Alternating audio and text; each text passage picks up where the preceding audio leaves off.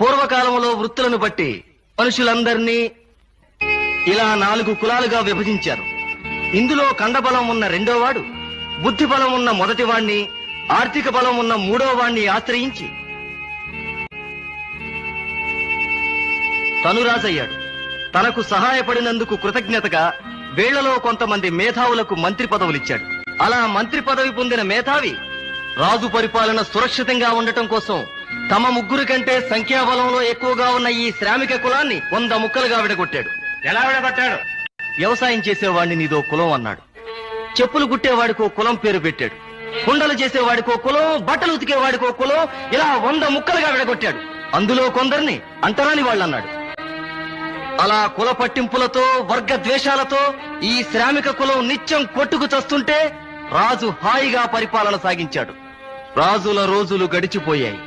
కాలం మారిపోయింది. అందరికీ ఓటు హక్కు వచ్చింది. ఓటు బలంతో గద్దెనెక్కాలంటే సంఖ్యలో ఎక్కువ ఉన్న శ్రామిక వర్గం సహాయం కావాలి.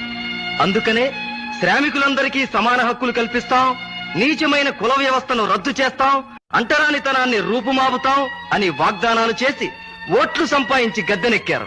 చేసిన వాగ్దానాలు చెల్లించలేకపోయారు. మళ్లీ మళ్లీ ఓటవసరం వచ్చింది. వాగ్దానాలతో తమని నమ్మరని తెలుసుకున్న నాయకులు అసంతృప్తితో ఉన్న అట్టడుగు వర్గాన్ని సంతృప్తి పరచడానికి 4 మెతుకులు విసిరారు. దానికే ముచ్చటగా రిజర్వేషన్ అని పేరు పెట్టారు.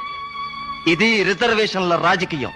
ఆ రాజుల కాలం నాటి నుండి ఈనాటి వరకు ఎవరు ఎవరిని చేరదీసినా, ఎవరికి హక్కులు కల్పించినా వాళ్ళ స్వార్థం కోసం, వాళ్ళ పదవుల కోసం చేశారే తప్ప సమాజ శ్రేయస్సు కోరి కాదు. ఈ నిజం తెలుసుకున్న మనం కులం, మతం అనే మూఢ విశ్వాసపు అడ్డుగోడల్ని అధిగమించి ఐకమత్యంతో విప్లవ రాగాన్ని ఆలపించినప్పుడే నవ సమాజ నిర్మాణం జరుగుతుంది.